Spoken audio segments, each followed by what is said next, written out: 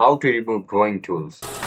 Are you guys facing issue to remove drawing tools from your chart on PrimeXBT? If that's so, then this video might help you out. Without further ado, let's dive into the video. To clear up your chart on PrimeXBT, first of all, open PrimeXBT on your mobile device. Once you open the app, log in into your account with your registered email and password. As soon as you get logged in, you will be forwarded to this interface. Clear chart helps you to analyze the market, right?